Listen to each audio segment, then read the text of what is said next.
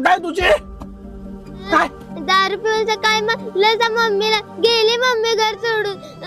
पैसे पाहिजेत मला, पैसे. इकडे काय करतो तुझी?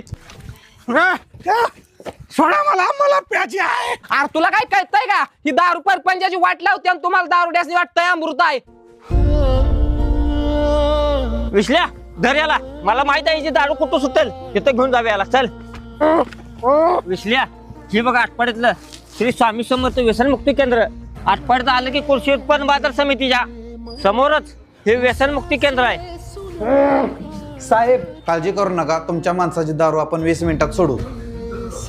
इथे सगळे औषध आयुर्वेदिक आहेत, याचे साईड इफेक्ट काही नाहीत. इथे 1 महिन्याचे औषध दिले जातात, तरी पण 1